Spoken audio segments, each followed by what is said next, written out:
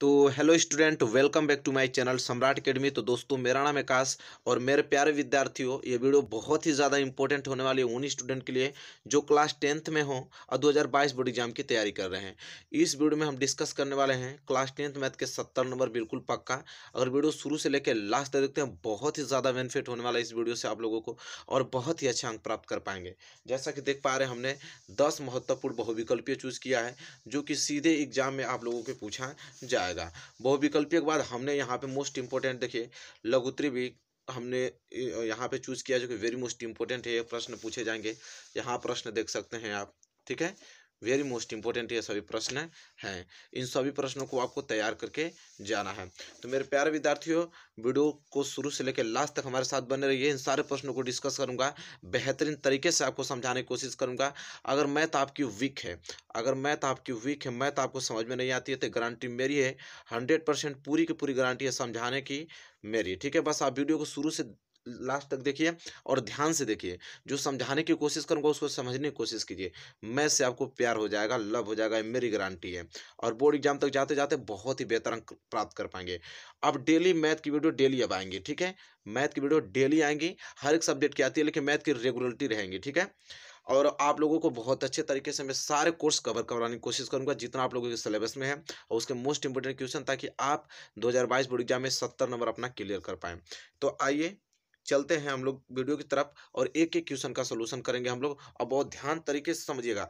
कोई भी अगर क्वेश्चन है तो उसके पीछे कोई ना कोई लॉजिक होती है, उसको समझने की कोशिश कीजिएगा, उसके कंसेप्ट को जाइएगा, ठीक है। सारी चीजें क्लियर हो जाएंगी। जैसे क्वेश्चन नंबर पहला हम लोग हल करने की कोशिश करेंगे। वेरी मोस्ट इंपोर्टेंट ये प्रश्न ऐसा तब बनता है, अब बनेगा भी, ठीक है। अब ये प्रश्न हमसे कह रहा है कि किसी पूर्णांक यन के लिए प्रत्येक धनात्मक विषम पूर्णांक का रूप है। सबसे पहले तो आप ये तब क्वेश्चन पढ़ते हैं तो कुछ लोगों को समझ में नहीं आता है कि क्वेश्चन कहना क्या चाह रहा है। किसी पूर्णांक, पूर्णांक का मतलब समझते हैं क्या होता है? पूर्णांक का मतलब कि माइनस इन्फिनाइट से लेकर प्लस इन्फिनाइट तक जितनी भी संख्या, चाहे -5 आ जाए, -4 आ जाए, -3 आ जाए, 0 आ जाए, +1 आ जाए, +2, मतलब कि सभी की सभी ऋणात्मक संख्या और सभी की सभी धनात्मक संख्या को हम पूर्णांक कहते हैं। तो वही कह रहा है कि इतना में से कोई संख्या n के लिए प्रत्येक धनात्मक विषम पूर्णांक का रूप है। कह रहा है कि ये जितने भी पूर्णांक आपको दिखाई दे रहे हैं, इन पूर्णांकों में सिर्फ विषम पूर्णांक आपको छांटना है कि विषम पूर्णांक n के लिए कौन सा रूप होगा। तो बताइए, n होगा, यन विषम पूर्णांक का रूप होगा धनात्मक विषम पूर्णांक। देखिए, अब धनात्मक विषम पूर्णांक क्या होता है इसके बारे में समझिए। धनात्मक विषम पूर्णांक, अब धनात्मक विषम पूर्णांक का मतलब कि अब ऋणात्मक वाली संख्या से कोई मतलब नहीं है, हमें सिर्फ धनात्मक चुनना है। धनात्मक विषम संख्या का मतलब 1, 3, 5, 7, 9, ये सब क्या है? विषम संख्या है। क्या है? धनात्मक विषम संख्या। तो ये कह रहा है कि यन के लिए प्रत्येक धनात्मक विषम पूर्णांक का रूप कौन हो सकता है। तो बताइए मेरे प्यारे विद्यार्थी, यन होगा? कभी नहीं। यन इसलिए नहीं होगा क्योंकि यन की वैल्यू आप 1 रख देंगे, यन की वैल्यू अगर 2 रख देते हैं, यन की वैल्यू अगर 3 रख देते हैं, यन की वैल्यू आप 4 रख देते हैं, तो देखिए इसमें तो सम आ रहा है। अरे, विषम तो आ रहा है लेकिन इसमें सम भी आ रहा है। देखिए, एक विषम एक सम, एक विषम एक सम, तो ये तो कभी नहीं होगा। तो इसलिए ऑप्शन ए कभी नहीं होगा। इसके बाद यन प्लस 1 की बात करें तो ये भी नहीं होगा, क्योंकि यन बराबर अगर 1 रख दूं, इसमें 1 जोड़ दूं तो क्या हो जाएगा? 2। फिर यन बराबर अगर यहाँ पे 2 रख दूं और इसमें 1 जोड़ दूं तो हो जाएगा 3। अगर यन बराबर 3 रख दूं और इसमें 1 जोड़ दूं तो हो जाएगा 4। तो ये बताइए क्या विषम पूर्णांक हो रहा है? नहीं, तो खुदे सम हो रहा है, फिर एक विषम फिर सम हो रहा है, तो इस वाले रूप का भी नहीं होगा, ठीक है। बचा आपका 2n। 2n तो बिल्कुल नहीं होगा, क्योंकि 2n बराबर क्या हो जाएगा? 2, n की वैल्यू 1 रखेंगे तो 2, फिर 2, n की वैल्यू 2 रखेंगे तो 2 दूनी के 4। तो ये तो सम वाला हो रहा है, विषम नहीं हो रहा है, तो इसलिए ये भी नहीं होगा। अब ये आपको बचा, ये 100% यही आपका धनात्मक विषम पूर्णांक का रूप है। चाहे कोई भी संख्या लेके रख सकते हैं आप। देखिए, 2n प्लस 1 है ना, आप कुछ भी रखिए, n की वैल्यू कुछ भी रखिए। n का वैल्यू अगर 0 रखना है तो 2 गुणे 0 प्लस 1, तो क्या हो जाएगा? इसका 0, 0 में 1 जोड़ेंगे तो 1। अब देखिए, 2 गुणे n का वैल्यू 1 रखना चाहते हैं तो 1 रख लीजिए और 1 जोड़ दीजिए, तो 2 कम 2 1 3। फिर 2, n का वैल्यू 2 रखना चाहते हैं, रख लीजिए, फिर 1 जोड़ दीजिए, 2 दूनी के 4 1 5। फिर एन की वैल्यू 3 रखना चाहते हैं, रख लीजिए, 1 जोड़ दिए तो 3 दूनी के 6 1 7। देखिए जितनी भी संख्या प्राप्त हो रही है ना, सभी के सभी कौन सी संख्या है, विषम संख्या है। इसलिए ऑप्शन डी इस क्वेश्चन के लिए राइट आंसर हो जाएगा। तो देखिए मेरे प्यारे विद्यार्थियों, बहुत लोग क्या करते हैं कि ऑप्शन डी बता देंगे कि हाँ यही धनात्मक विषम पूर्णांक है, लेकिन कंसेप्ट लॉजिक आपको पता नहीं रहता है कि हाँ मतलब क्या कहना चाहता है ये क्वेश्चन क्या कहना चाहता है। इसीलिए आप लोग हमेशा कंफ्यूज रहते हैं और रट्टा मारने की कोशिश करते हैं मैथ को आप समझिए, उसको फील कीजिए कि हाँ क्या चीज़ है, उसको लॉजिक क्या है उसकी। आई होप ये लॉजिक आपको क्लियर हो जाएगा, आजीवन कभी भी दिक्कत नहीं होगा अगर इस प्रकार के प्रश्न आ जाएगा तो। क्लियर हो गया है? तो चलिए क्वेश्चन नंबर दूसरे की तरफ बढ़ेंगे। क्वेश्चन नंबर दूसरा यहाँ पे है, कह रहा है कि संख्या 140 के अभाज्य गुणनखंड है। देखिए जब भी इस तरह का संख्या आ जाए, कोई भी संख्या, अब पूछे आपसे कि अभाज्य गुणनखंड है, अभाज्य गुणनखंड है, ठीक है। ये देखिए ये ऑप्शन में हमने गलत लिखा है, ये ऑप्शन किसी दूसरे क्वेश्चन का हमने उठा लिया है, इस तरह ऑप्शन नहीं होगा, केयर कीजिएगा। देखिए संख्या 140 के अभाज्य गुणनखंड ऑप्शन इस प्रकार बनेगा, मैं ऑप्शन लिख देता हूँ, पहला यहाँ पे लिख देता हूँ आप लोगों को समझ में आ जाए। पहला है ऑप्शन 2 पे पावर 2 गुणे 5 पे पावर 1 और गुणे 7 पे पावर 1, ठीक है। ऑप्शन बी है 7 पे पावर 2 गुणे 5 पे पावर 1 गुणे 2 पे पावर 1। ऑप्शन सी है 7 पे पावर 1 गुणे 5 पे पावर 2 गुणे 2 पे पावर 3 है। ऑप्शन डी है 2 पे पावर 4 5 पे पावर 2 और 7 पे पावर 2 है। मेरे प्यारे विद्यार्थी थोड़ा सा मिस्टेक हुआ, इसको इग्नोर कीजिएगा, ये ऑप्शन हमने दूसरा लिख दिया है, लिख रहा था तो ठीक है, तो छोड़िए कोई बात नहीं। संख्या 140 के अभाज्य गुणनखंड ज्ञात करना है। तो जब भी अभाज्य गुणनखंड ज्ञात करना हो ना, आपको कुछ करने की जरूरत नहीं है। 140 था ना, 140 का आपको शांतिपूर्वक एलसीएम ले लेना है। क्या लेना है? एलसीएम। अब 140 का हमें एलसीएम ले लेना है, तुरंत टूट जाएगा। देखिए 2 से 2 7 14 0, 2 से कटाएंगे 2 3 6 2 5 10, 5 कटाएंगे 5 7 35 और 7 से कटाएंगे 7 एकम 7। तो देखिए 1 2 2 2 बार आया ना, तो इसको मैं लिख सकता हूँ 2 पे पावर 2। 5 एक बार आया तो इसे लिखूंगा 5 पे पावर 1। 7 एक बार आया तो 7 पे पावर 1। बस यही अभाज्य गुणनखंड के रूप में टूट गया। तो देखिए 2 पे पावर 2, 5 पे पावर 1, 7 पे पावर 1, कौन से ऑप्शन में आपको मिल रहा है? देखिए तो कोई मिल रहा है ऐसा कि 2 पे पावर 2 हो, 5 पे पावर 1, 7 पे पावर 1, पहला ही ऑप्शन मिल गया। जैसा कि देख पा रहे हैं 2 पे पावर 2, 5 पे पावर 1 और 7 पे पावर 1, बस यही आंसर हो गया। करना है क्या? कुछ नहीं करना है। तो जब भी अभाज्य गुणनखंड के रूप में आए, आपको इसी तरह एलसीएम लेके तोड़ देना है और वही आपका आंसर हो जाएगा, ठीक है। आइए क्वेश्चन नंबर तीसरे की तरफ बढ़ चलते हैं। और क्वेश्चन नंबर तीसरा देखिए क्या बोल रहा है। क्वेश्चन नंबर तीसरा कह रहा है कि निम्नलिखित में कौन सा एक अभाज्य संख्याओं का युग्म है? युग्म मतलब जोड़ा, दो दो जोड़ा दिया है। देखिए दो दो संख्याओं का जोड़ा एक पेयर बनाया है और कह रहा है इसमें अभाज्य संख्याओं का युग्म। क्या पूछा है? अभाज्य संख्या। अब कितने लोग को तो मालूम नहीं होगा कि अभाज्य संख्या क्या है, तो इसको कर पाएंगे? कभी नहीं कर पाएंगे। अभाज्य संख्याओं का युग्म मतलब ये होता है कि इन दोनों संख्याओं का अगर हम एचसीएफ ले लें, तो जिन दोनों संख्याओं का एचसीएफ अगर एक आ जाएगा, अगर एचसीएफ जिन दो संख्याओं का एचसीएफ एक आ जाएगा, वही आपका अभाज्य संख्या युग्म बनाएंगे। तो अब यहाँ से आपको चेक करना पड़ेगा सबको अलग अलग से निकाल कर कि किन दो संख्याओं का एचसीएफ एक आ रहा है। जिसका एचसीएफ एक आ गया, समझ लीजिए वही अभाज्य संख्या का युग्म है। तो इसके लिए जो सही होगा ऑप्शन बी होगा, बी राइट आंसर होगा। अब कैसे होगा तो इसको चेक करके बता देता हूँ। 18 और 25 का एचसीएफ एक होगा। देखिए 18 और 25 कौन सी संख्या बड़ी है? तो जैसा कि देख पा रहे हैं कि 18 से जो है 25 बड़ी है, तो अब 25 में भाग दे दिया जाएगा 18 का। तो 18 एकम 18 कितना हो जाएगा? 18 7 25 7, फिर यहाँ पे 18, फिर 7 दूनी के 14, फिर बच जाएगा 4, फिर यहाँ 7 से भाग देंगे, 4 एकम 4, बच जाएगा 3, 3 का अब 4 में देंगे, 3 एकम 3, एक आ गया, अब एक का 3 में देंगे तो 1 3 3 कट गया। जिस संख्या से कट जाता है वही एचसीएफ होता है। तो जैसा कि देख पा रहे हैं 18 और 25 का एचसीएफ क्या गया? एक। तो जिन दो संख्याओं का एचसीएफ अगर एक आ जाएगा तो वही तो अभाज्य युग्म पेयर बनाएगा, तो ही हो जाएगा। ऑप्शन बी सही हो जाएगा राइट आंसर। तो कंसेप्ट पकड़ रहे हैं ना? देखिए कितना ज़्यादा इजी है इन क्वेश्चनों को करना, बस कंसेप्ट आपको क्लियर होना चाहिए। ये देखिए अब क्वेश्चन आ गया 15 18 और 24 का लस गया। देखिए यही वाला ऑप्शन हमको लगता है कि ऊपर हमने ये वाला ऑप्शन लिख दिया था, ठीक है, इस वाले में तो गलत था। अब इसको हल करते हैं। तो 15 18 और 24 का लसा, तो एक लसा तो आपको आना ही चाहिए क्योंकि बोर्ड एग्जाम में पूछता है। तो लसत निकालना आप लोग जानते हैं, चलिए निकाल लेते हैं। क्या है? 15 का है, 18 का और 24। अब तो इतना तो जानते ही होंगे, लसन निकालना तो जानते ही है ना आप। सबसे पहले 2 से कटाएंगे तो 2 से तो 15 कटेगा नहीं, 2 से 18 कट जाएगा 9 बार में, 2 से भी कट जाएगा कितना बार में? 12 बार में। फिर देखिए 2 से कट जाएगा, फिर लेके चलिए, ये नहीं कटेगा, ये भी नहीं कटेगा, ये कट जाएगा 2 6 के 12, 2 से तो 15 तो नहीं कटेगा, 9 भी नहीं कटेगा, कट जाएगा 2 तिहाई 6, 3 से तो 3 पाँचे 15, 3 तिहाई 9 और 3 एकम 3, फिर अब 3 से कट जाएगा तो कट जाएगा ना, तो ये 5 तो नहीं कटेगा, 3 एकम 3, ये तो कटा ही है, फिर 5 से कटा दीजिए, ये पूरा कट, जब तक एक एक ना आ जाए तब तक कटाते रहते हैं, ठीक है, आप लोग भी जानते हैं। तो एलसीएम कितना हो जाएगा, 2 दूनी के 4, 4 दूनी के 8, 8 त्रिक 24 और 24 तिहाई कितना हो जाएगा 72, 72 अब 72 पाँचे कितना हो जाएगा, 5 दूनी के 10, 7 पाँचे 35, 1 36, 360 आ रहा है। देखिए तो ऑप्शन में 360 दिया है कहीं, देखिए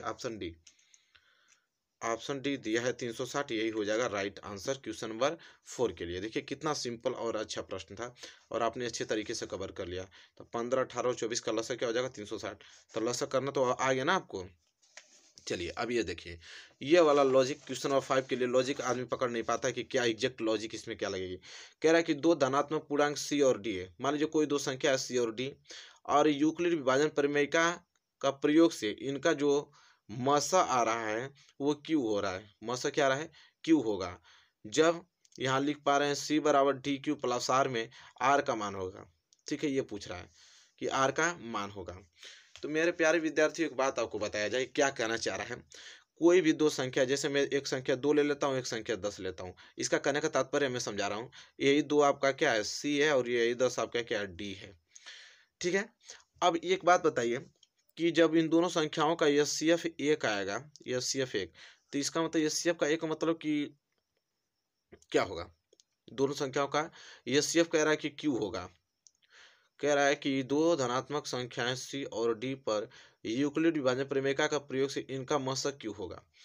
अब देखिए एचसीएफ यहाँ पे कह रहा है कि कोई अदर संख्या क्यू होती है, कोई अदर संख्या क्यू होती है, उसका तात्पर्य यह है एचसीएफ तब होता है जब हमको एचसीएफ कब मालूम चलता है कि जब उस संख्या से कोई संख्या एकदम लास्ट में कट के क्या आ जाता है, रिमाइंडर 0 आ जाता है। तो रिमाइंडर अगर 0 आएगा तभी एचसीएफ आता है। ठीक है, जैसे यहाँ आपने देखा कि एचसीएफ 1 आया था कट के, तो इसका मतलब ये होगा कि जब इसको हम लिखेंगे सी बराबर डी क्यू प्लस आर, तो कह रहा है यहाँ आर की वैल्यू क्या होगी, तो शेषफल क्या होगा 0। शेषफल तब तक 0 नहीं आएगा तब तक एचसीएफ आप फाइंड ही नहीं कर सकते हैं। तो यहाँ एचसीएफ तो आपको बता दिया कि एचसीएफ क्या है क्यू है, तब एचसीएफ आपको बता दिया कि क्यू है, तो 100% यहाँ 0 रहा होगा, कटाने पे 0 आया होगा तभी तो एचसीएफ आया होगा, तो इसलिए आर की वैल्यू क्या हो जाएगी 0, सिंपल। तो यहाँ आर बराबर 0, ऑप्शन ए इस क्वेश्चन के लिए राइट आंसर हो जाएगा। आप ही बताइए कि एचसीएफ किसी चीज़ को कैसे बताते हैं कि हाँ एचसीएफ इसका 5 आया, उस संख्या से लास्ट में पूरा कट के 0 आ जाता है तभी तो एचसीएफ होता है। तब एचसीएफ बता दिया कि क्यू है तो 100% आर शेषफल 0 रहा होगा तभी तो एचसीएफ बताया है। तो ये कंसेप्ट चलता है। ठीक है, तो क्वेश्चन नंबर 5 आई होप आपको क्लियर हो गया होगा। क्वेश्चन नंबर 5 क्लियर हो गया। चलिए, ये बहुत सारे प्रश्न करने हम लोगों को और बोर्ड एग्जाम में बहुत अच्छे मार्क्स लाने हैं। ठीक है, ताकि कोई भी दिक्कत न हो, आपको 70 में 70 नंबर आपका क्लियर हो जाए। तो नेक्स्ट क्वेश्चन की तरफ बढ़ेंगे और ये प्रश्न देखिए, इस अब ये प्रश्न आराम से आप कर लेंगे कि ये प्रश्न आ गया क्या कि किसी पूर्णांक यम के लिए प्रत्येक धनात्मक सम पूर्णांक का रूप होगा। अभी हमने एक क्वेश्चन आपको सॉल्व करके बताया वो विषम पूर्णांक था, अब ये धनात्मक सम पूर्णांक। अब सम पूर्णांक, तो सम पूर्णांक क्या होगा, सब लोग जानते हैं 2 यम, यही बात होगा, क्योंकि यह तो होगा नहीं, क्योंकि यम की वैल्यू अभी 1 रख देंगे, फिर यम की वैल्यू 2 रख देंगे, यम की वैल्यू 3 रख देंगे, तो ये सम हो रहा है, सम विषम दोनों हो रहा है, तो इसलिए ये ऑप्शन तो गया काम से। ये तो होगा नहीं क्योंकि यम की वैल्यू 1 रखेंगे तो 1 1 2 तो हो जाएगा, लेकिन जैसे ही यहाँ 2 रखेंगे तो 2 1 3 हो जाएगा, तो जो कि विषम हो जाएगा, ये भी नहीं होगा। ये आपका हो जाएगा, दुनिया का कोई भी संख्या रखिए, यम का वैल्यू रखिए, वो आपका सम पूर्णांक आएगा। जैसे 2, यम की वैल्यू 1 रखना चाहते हैं तो 2, फिर 2 गुणे एम की वैल्यू 2 रखना चाहते हैं तो देखिए 4, फिर 2 गुणे एम की वैल्यू 3 रखना चाहते हैं रख लीजिए 6, फिर एम की वैल्यू 4 रखना चाहते हैं रख लीजिए 8। देखिए जितनी भी संख्या प्राप्त हो रहा है सब क्या हो रहा है, धनात्मक सम पूर्णांक प्राप्त हो रहा है, इसलिए उस किसका रूप हो जाएगा, तो 2m का रूप हो जाएगा। तो कह रहा है कि किसी पूर्णांक m के लिए प्रत्येक धनात्मक सम पूर्णांक का रूप है तो 2m है। देखिए कितना लॉजिक, बहुत सिंपल होता है। ठीक है, बस चीज़ों को आपको समझ में आना चाहिए, बाकी सब कुछ कर देंगे आप। तो क्वेश्चन नंबर 6 भी आप लोगों को क्लियर हो गया। कोई प्रॉब्लम है, कोई प्रॉब्लम नहीं है। बढ़े अगले क्वेश्चन की ओर, चलिए आइए देख लेते हैं। अब अगला प्रश्न यहाँ पे क्या बोल रहा है, अगला प्रश्न ये कह रहा है कि शांत दशमलव संख्या में व्यक्त हो सकने वाली परिमेय संख्या होगी। कह रहा है कि जितने भी आपको परिमेय संख्या है, देखिए पी बटे क्यू के रूप में जो लिखा जाता है परिमेय संख्या होता है, तो ये चारों के चारों क्या आपका परिमेय संख्या, लेकिन इन परिमेय संख्याओं में कौन शांत दशमलव वाली संख्या होगी? शांत दशमलव, शांत दशमलव का मतलब कि जिसका भाग दिया जाए तो शेषफल क्या आ जाए? 0 आ जाए। भाग देने में शेषफल 0 आ जाता है तो शांत दशमलव कहलाता है। तो आप भाग देकर चेक करने जाएंगे? आप बताइए, इतना आपके पास टाइम है, भाग देकर यहाँ पे चेक करेंगे? नहीं, आपके पास उतना समय नहीं है। तो उसके लिए ट्रिक क्या होता है कि कैसे हम जाने कि कोई भी परिमेय संख्या शांत है? परिमेय संख्या लिखते हैं P/Q के रूप में, ठीक है। अब ये Q जो होता है वो हर होता है और P जो होता है अंश होता है। तो अगर कोई भी हमको पहचानना है कि कोई भी परिमेय संख्या शांत है कि नहीं है, तो उसका जो हर आपको दिखाई दे रहा है वो हर आपका 2 पे पावर m गुणे 5 पे पावर n के रूप का होना चाहिए। अब 2 पे पावर m गुणे 5 पे पावर n कैसे आएगा? तो हमें q का क्या करना पड़ेगा? अभाज्य गुणनखंड लाना पड़ेगा। और अगर वो इस रूप का आ जाएगा 2 पे पावर m और 5 पे पावर n के रूप का, तो समझ लीजिए कि वो क्या है? शांत दशमलव प्रसार है। तो हमको सबको अलग अलग क्या करना पड़ेगा? चेक करना पड़ेगा। देखिए ये तो होगा नहीं, देखिए 2 पे पावर 2 और यहाँ पे 5 पे पावर 7, तो 2 पे पावर 2 5 पे पावर 7, ये 2 पे पावर m हो गया, 5 पे पावर n हो गया। तो बिल्कुल सही है, लेकिन इसमें 7 कहाँ से आ गया? तो बस ये दोनों होना चाहिए, तो इसलिए ये वाला तो एकदम नहीं होगा। और इसका एलसीएम ये तो देखिए 17, 17 का फैक्टर क्या कर सकते हैं? 17 एकम 17 ये कर सकते हैं। तो इसमें 2 पे पावर m 5 पे पावर n है नहीं, तो इसलिए भी ऑप्शन आपका गया। बचा यही दोनों ऑप्शन, इन्हीं दोनों ऑप्शनों को चेक करना है। तो इसका राइट आंसर हो जाएगा सी। मैं चेक करके बता देता हूँ, नहीं तो इसको चेक करूंगा तो समय लग जाएगा। तो इसलिए जो आंसर उसी को बता दे रहा हूँ ताकि आप कंसेप्ट को पकड़ पाए। तो इसका हर क्या है? 3125। 3125 का हम एलसीएम ले लेना है बस। 5 से घटाएंगे, 5 6 के 30, 5 दूनी के 10 और 50 25। 5 से घटाएंगे कितना बार में कट जाएगा? 125 बार में कट जाएगा। फिर 5 से घटाएंगे तो 25 बार में कट जाएगा। फिर 5 से घटाएंगे तो 5 बार में कट जाएगा। 5 से घटाएंगे तो ये कट जाएगा। तो यहाँ पे देखें 1 2 3 4 5, तो ये हमारा 5 पे पावर 5 आ गया। तो आप सोचेंगे कि सर 5 पे पावर तो यन आ गया, लेकिन 2 पे पावर यम कहाँ है? इसमें 2 कहाँ है? तो मेरे प्यारे विद्यार्थियों एक बात समझ लीजिए कि इसे मैं लिख सकता हूँ 2 पे पावर 0, क्योंकि 2 पे पावर 0 का वैल्यू होता है 1। तो कोई इफेक्ट पड़ेगा? कोई नहीं। तो इसको मैं लिख सकता हूँ 2 पे पावर 0 लिख सकता हूँ। तो देखिए 2 पे पावर m, अभी m का वैल्यू क्या आ गया? 0। ये 5 पे पावर n का वैल्यू हो गया 5, हो गया ना? तो 2 पे पावर m 5 पे पावर n बन गया कि नहीं पेयर? इसलिए वो शांत है। क्या है? शांत दशमलव प्रसार वाली परिमेय संख्या है। क्लियर हो गया ना आप लोग? कोई डाउट इसमें है? कोई डाउट होना नहीं चाहिए, ये प्रश्न आपको आना ही चाहिए किसी कीमत पे। तो आई होप आपको प्रश्न नंबर 7 अच्छे तरीके से क्लियर हो गया होगा, कोई भी दिक्कत नहीं होगी। अब क्वेश्चन नंबर 8वां, क्वेश्चन नंबर 8वां वेरी सिंपल प्रश्न है। कह रहा है अपरिमेय संख्या है, आपको बताना है कौन अपरिमेय संख्या है। ठीक है, अच्छा ये बताइए 22/7 अपरिमेय होगा कभी नहीं, तो आपका क्या है? परिमेय संख्या न है। इसके बाद यहाँ पे आइए, ये भी आपका परिमेय संख्या है। कैसे? दशमलव को हटा देंगे तो क्या हो जाएगा? 59 में दशमलव को 1 मान लीजिए। कौन संख्या है? 2, 2 ठो बढ़ा दीजिए तो P/Q के रूप में नहीं हो गया? तो ये भी आपका क्या है? अपरिमेय संख्या नहीं है, क्या है? परिमेय है। तो ये गलत हो जाएगा। अब देखिए इसको सोचेंगे लोग कि ये क्या है, तो ये बताइए कि 5 और बटे में करड़ी में 16, 16 का मतलब होता है वर्गमूल, तो 16 का वर्गमूल क्या निकल जाएगा? 4। तो ये भी 5/4, ये भी आपका परिमेय संख्या ही है। तो ये भी क्या हो जाएगा? गलत। तो हमसे पूछा क्या? अपरिमेय। तो पाई जो होता है वो क्या होता है? अपरिमेय संख्या होता है, इसलिए ऑप्शन बी इस क्वेश्चन के लिए क्या हो जाएगा? राइट आंसर हो जाएगा। कौन? ऑप्शन बी, क्या? पाई। समझ में आ गया? यही अपरिमेय संख्या है। बताइए किसी को आपत्ति? सब क्वेश्चन समझ में आ रहा है ना? चलिए क्वेश्चन नंबर 9 की तरफ आइए। वेरी मोस्ट इंपोर्टेंट है क्वेश्चन नंबर 9, उसको देखने का प्रयास कीजिए। क्वेश्चन नंबर 9 कह रहा है यहाँ पे कि यदि 65 और 117 की एचसीएफ को 65 या -117 के रूप में व्यक्त किया जाता है तो m का मान ज्ञात कीजिए। अब बड़ा ही सिंपल है, कह रहा है ना कि 65 और 117 के एचसीएफ को इतना में रूप में व्यक्त किया जाता है, तो सिंपल से आपको 65 और 117 का एचसीएफ लेकर और इसके बराबर कर देना है और m का वैल्यू ज्ञात कर लेना है। तो सबसे पहले हम क्या ज्ञात करेंगे? 65 और 117 का एचसीएफ। तो एचसीएफ ज्ञात करने के लिए बड़ा कौन है? 117। तो सिंपल 117 में किसका भाग दे दीजिए? 65 का। 65 का भाग देंगे तो कितना आ जाएगा? 65 एकम 65 और कितना बच जाएगा? 2 और 6 5 11, कितना बच गया? 52।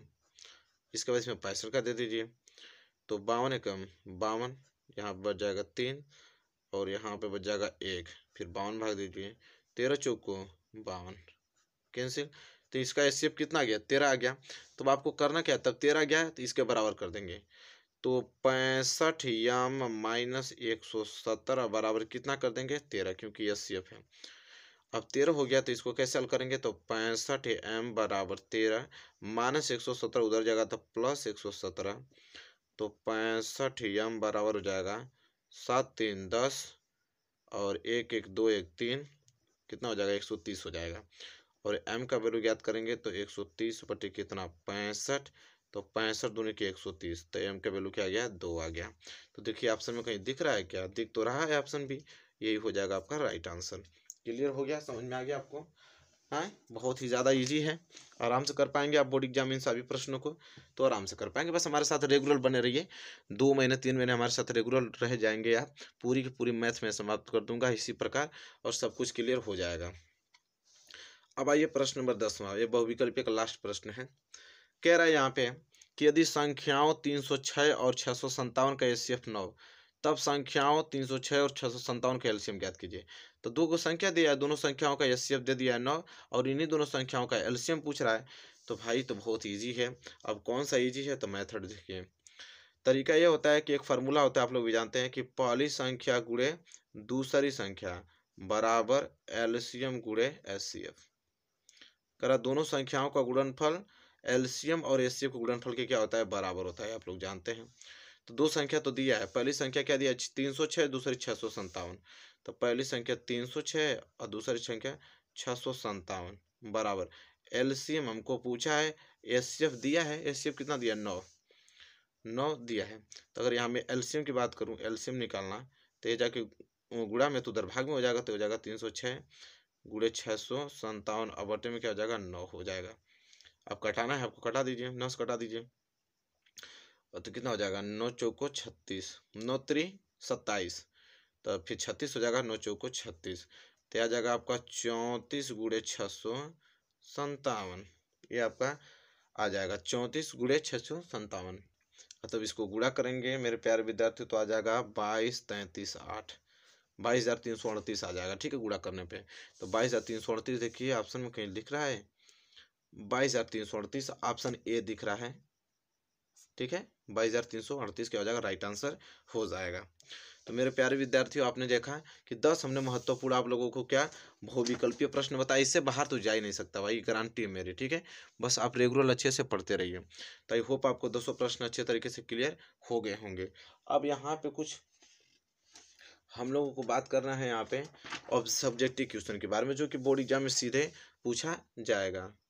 देखिए मेरे प्यारे विद्यार्थियों, इस प्रश्न को सॉल्व करना है, यह प्रश्न तो 100% आपको पूछा जाएगा 2022 बोर्ड एग्जाम में, तो इन प्रश्नों को आप अच्छे तरीके से कर लीजिए। प्रश्न यह है कि सिद्ध कीजिए कि कड़ी में 2 एक अपरिमेय संख्या है। अब हमको सिद्ध करना है कि कड़ी में 2 क्या है, एक अपरिमेय संख्या है। तो चलिए सिद्ध करके मैं बताता हूँ। सबसे पहले हम लिखेंगे यहाँ पे कि माना कड़ी में 2 एक क्या है, परिमेय संख्या है। उसका जस्ट उल्टा मानेंगे हम लोग कि माना कड़ी में 2 एक क्या है, परिमेय संख्या है।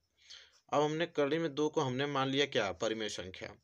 तो एक बात हमें आप बताइए मेरे प्यारे विद्यार्थियों, जब कड़ी में 2 को हमने मान लिया क्या, परिमेय संख्या मान लिया, तो क्या मैं ऐसे कह सकता हूँ कि कड़ी में 2 जब परिमेय संख्या हमने मान लिया, तो इसको a बाई बी के बराबर कर दीजिए, क्योंकि a बाई के बी के रूप में जो था उसे परिमेय तो कहते हैं। जो p बटे क्यू के रूप में हो जाए, a बाई बी के रूप में हो। और लिख देंगे यहाँ पे कि जहाँ a b सभाज्य संख्या है, a और b क्या है, सअभाज्य संख्या है, ठीक है, क्या है, सअभाज्य संख्या है। और b जो है वो 0 के बराबर नहीं है। ये तो परिमेय संख्या का रूल होता है कि a बाई बी के रूप में लिखिए, जहाँ a b सअभाज्य संख्या है और b 0 के बराबर नहीं होना चाहिए। सअभाज्य संख्या का मतलब कि जो भी यहाँ दोनों संख्या आएगा, दोनों संख्याओं का जो फैक्टर होगा, अभाज्य गुणनखंड होगा, सिर्फ एक होगा, एक के अलावा कुछ नहीं होगा, तभी वो क्या कहलाएगा, आपका परिमेय संख्या कहलाएगा, ठीक है। तो चलिए यहाँ पे देखा आपने कि कड़ी में 2 हमने बराबर कर दिया a बाई बी के, ठीक है। तो यहाँ से b का गुणा इसमें कर सकते हैं, तो हो जाएगा कड़ी में 2b बराबर a, यहाँ तक तो आ जाएगा। अब यहाँ पे आपको करना क्या है, दोनों पक्षों का वर्ग कर देना है। दोनों पक्षों का वर्ग करने पे, दोनों पक्षों का वर्ग करने पे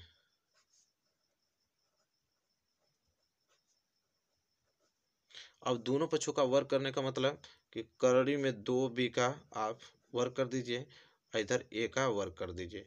करड़ी में 2 का स्क्वायर करेंगे तो 2 आ जाएगा, b का स्क्वायर करेंगे तो b स्क्वायर बराबर आ जाएगा आपका a स्क्वायर। ठीक है, अगर मैं b स्क्वायर की वैल्यू करूँ तो b स्क्वायर बराबर क्या आ जाएगा आपका a स्क्वायर बटे में 2 आ जाएगा। तो यहाँ पे आपको देखना है ये चीज़ें। अब यहाँ देख पा रहे हैं कि a स्क्वायर 2 से क्या है, विभाजित है। लिखेंगे a स्क्वायर 2 से विभाज्य है, a स्क्वायर 2 से क्या है, विभाज्य है। तो मेरे प्यारे विद्यार्थियों, अगर a स्क्वायर 2 से विभाजित है तो a भी 2 से क्या हो जाएगा, विभाज्य हो जाएगा। a भी 2 से विभाज्य हो जाएगा, a भी 2 से क्या है, विभाज्य है। तब a भी 2 से विभाजित है, यहाँ तक आ गया।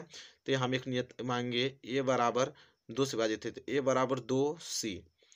अब आप कहेंगे c क्या है, तो जहाँ c एक क्या है, पूर्णांक है, a बराबर 2c, c क्या है यहाँ पे, पूर्णांक है। ठीक है, यहाँ तक चीज़ें क्लियर हो गया। और इसे आप समीकरण 1 मान लीजिए। ठीक है, तो यहाँ आ गया क्या, a बराबर 2c, जहाँ c क्या है, पूर्णांक है। अब यही a का वैल्यू समीकरण 1 में रख देना है। तो a बराबर 2c का मान, a बराबर 2c का मान समीकरण किस में रखने पे, समीकरण 1 में रखने पे। ठीक है, समीकरण 1 हमारे पास क्या है, 2b स्क्वायर बराबर a स्क्वायर। तो इसी में रख देना है आपको, तो हो जाएगा आपका 2b स्क्वायर बराबर a। एक जगह आपको 2c रखना है, तो 2c का क्या हो जाएगा, यह होल स्क्वायर हो जाएगा। तो यहाँ से क्या प्राप्त हो जाएगा हमें कि 2b स्क्वायर बराबर 2 दूनी के 4c स्क्वायर। अब ये 2 से 2 कट जाएगा, यहाँ से 2 दूनी के 4 दो बार में, तो b स्क्वायर बराबर जाएगा 2c स्क्वायर। अगर मैं c स्क्वायर की बात करूं तो आ जाएगा b स्क्वायर बटे 2। तो फिर कंडीशन यहाँ पे आ गया, लिखेंगे कि b स्क्वायर 2 से क्या है, विभाज्य है। b स्क्वायर 2 से क्या है, विभाज्य है, इसलिए b भी 2 से क्या हो जाएगा, b भी 2 से क्या हो जाएगा, विभाज्य हो जाएगा। b भी 2 से क्या है, विभाज्य है। अब मेरे प्यारे विद्यार्थियों, जैसा कि आपने देखा कि a तथा b दोनों 2 से विभाज्य हैं, a तथा b दोनों 2 से क्या है, विभाज्य हैं। हमने कहा कि a और b परिमेय संख्या है, वो सिर्फ 1 से विभाजित होनी चाहिए या तो स्वयं से, लेकिन यहाँ पे देख रहा हूँ तो 2 से विभाजित हो रहा है। तो क्या a बाई b परिमेय संख्या होगा, नहीं ना होगा। तो अब a बाई b परिमेय संख्या नहीं होगा तो करड़ी में 2 कहाँ से परिमेय होगा, नहीं हो पाएगा। तो लिखेंगे यहाँ पे कि a तथा b का अभाज्य गुणनखंड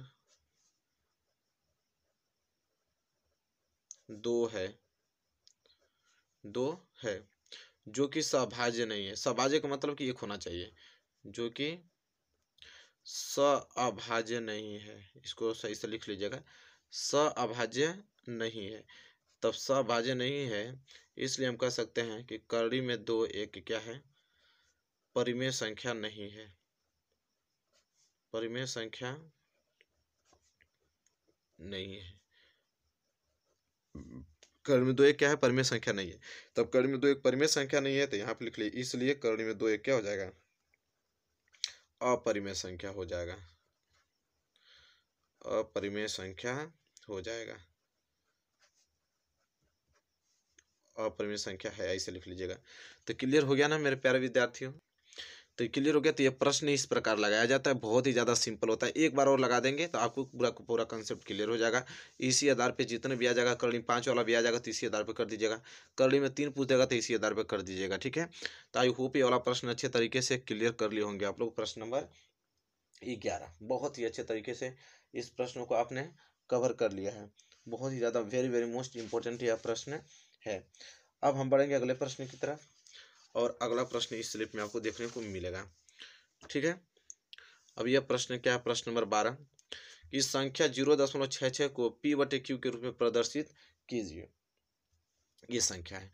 अब देखिए यहाँ पे हमको करना क्या है कि 0.666 डॉट डॉट डॉट, इसको हमें p/q के रूप में बदलना है, मतलब परिमेय संख्या में। तो सबसे पहले हम इसको क्या करेंगे कि x के बराबर कर देंगे, कि x माना x बराबर 0.666 ठीक है। तो जैसा कि देख पा रहे हैं कि एक संख्या की रिपीटेशन हो रही है सिर्फ 6 की, तो उसमें हम का गुणा करेंगे 10 का। जैसे दशमलव को आप 1 मान लीजिए, दशमलव को 1, कितनी संख्या रिपीटेशन हो रही है, एक संख्या है, तो एक जीरो बढ़ा दीजिए, कितना आ गया 10। अब 10 का मल्टीप्लाई इधर भी उधर भी कर देना आपको, तो 10 की मल्टीप्लाई इसमें करेंगे, यहाँ पे लिखना पड़ेगा कि 10 से गुणा करने पे, यहाँ दोनों तरफ लिखना पड़ेगा, दोनों तरफ 10 से गुणा करने पे, दोनों तरफ 10 से गुणा करने पे। अब दोनों तरफ 10 से गुणा करना है, तो इधर हो जाएगा 10x और 10 गुणा इसमें करेंगे 0.666 डॉट डॉट डॉट, इसमें 10 का गुणा करेंगे तो ये 0.1 आगे आ जाएगा, तो हो जाएगा आपका 10x बराबर 6.666, ऐसे चलने लगेगा। ठीक है, तो इसे समीकरण नंबर पहला मान लीजिए, इसे समीकरण नंबर दूसरा मान लीजिए। अब इसी समीकरण दूसरा में समीकरण पहला को घटा दीजिए, तो यहाँ पर लिखना पड़ेगा समीकरण दूसरे में से,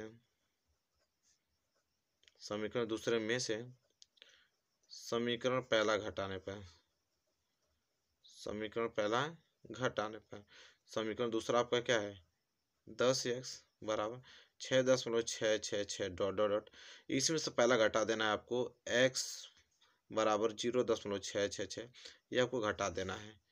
ठीक है, तो घटाने के लिए क्या है, देखिए 10 के बाद 6 इधर भी 10, ये तो आपस में क्या हो जाएगा, कट जाएगा पूरा का पूरा। 10 में से 8x जाएगा तो बच जाएगा 9x, और 6 में से 0 जाएगा तो बच जाएगा 6, तो यहाँ से x बराबर क्या जाएगा 6/9, तो हो जाएगा 3 दूनी के 6 और 3 3 9, तो x बराबर क्या गया 2/3, जो कि परिमेय संख्या p/q के रूप में कन्वर्ट हो गया कि नहीं। तो यही चीज़ बोला था हमको, इसको p/q के रूप में कन्वर्ट करने के लिए। तो आई होप क्लियर हो गया होगा। कन्वर्ट कर लेंगे आप, जब इस प्रकार का परिमेय संख्या आएगा, परिमेय संख्या में बोलेगा व्यक्त करने के लिए, तो कर लेंगे, बिल्कुल बिल्कुल कर लेंगे। इसके बाद आइए क्वेश्चन नंबर 13। अब क्वेश्चन नंबर 13 को देखिए ध्यान से। क्वेश्चन नंबर 13 ये कह रहा है कि बिना लंबी विभाजन प्रक्रिया किए दिखाइए कि परिमेय संख्या 17/90 शांत दशमलव या अशांत आवर्ती दशमलव। तो मेरे प्यारे विद्यार्थियों, अभी हमने क्वेश्चन किया है कि शांत दशमलव प्रसार कब होता है और अशांत दशमलव। शांत दशमलव मतलब ये चीज होता है कि भाग देने पे शेषफल 0 आ जाए, अशांत मतलब होता है कि भाग देने में शेषफल 0 ना आए। लेकिन हमने एक मेथड बताया था, अब वो चीज ये करा है कि लंबी विभाजन प्रक्रिया किए बिना, लंबी विभाजन प्रक्रिया किए बिना, या बिना होगा, किए बिना दिखाई, मतलब भाग नहीं देना है, अब बिना भाग दे हुए आपको बताना है कि 17/90 है वो अशांत आवर्ती होगा कि अशांत आवर्ती। तो हमने बताया था कि उसका हर का हम लोग फैक्टर कर लेते हैं। अगर हर आपका 2 पे पावर m और 5 पे पावर n के रूप का आ जाएगा तो शांत होगा, नहीं आएगा तो अशांत होगा। तो करना क्या है, सिंपल कुछ नहीं, 90 का हम निकाल लेते हैं, फैक्टर कर लेते हैं। 2 से कटाएंगे तो 45 बार में कट जाएगा, 3 से कटाएंगे तो 15 बार में कट जाएगा, फिर 3 से कटाएंगे तो कितना बार में कट जाएगा, 3 5 6 15, फिर 5 से कटाएंगे तो 1 बार में कट जाएगा। तो जैसा कि आप देख पा रहे हैं यहाँ पे, इसको क्या लिख सकते हैं 2 और 3 2 बार है ना, तो 3 पे पावर 2 और 5 1 बार है तो 5 पे पावर 1, 2 भी 1 है तो 2 पे पावर 1। तो मेरे प्यारे विद्यार्थी, हमने कहा हर सिर्फ 2 पे पावर m और 5 पे पावर n के रूप का होना चाहिए। इसमें 3 कहाँ से आ गया, तो 3 आ गया, तो इसलिए यह शांत नहीं होगा। इसलिए आप कह सकते हैं कि 17/90 अशांत आवर्ती है, अशांत आवर्ती है, अशांत आवर्ती है। क्लियर। तो देखिए कितना सिंपल है। तो इस प्रकार की क्वेश्चन। तो मेरे प्यारे विद्यार्थियों, अब आप बताइए कि मैथ आपको कैसा लग रहा है, समझ में आ रहा है।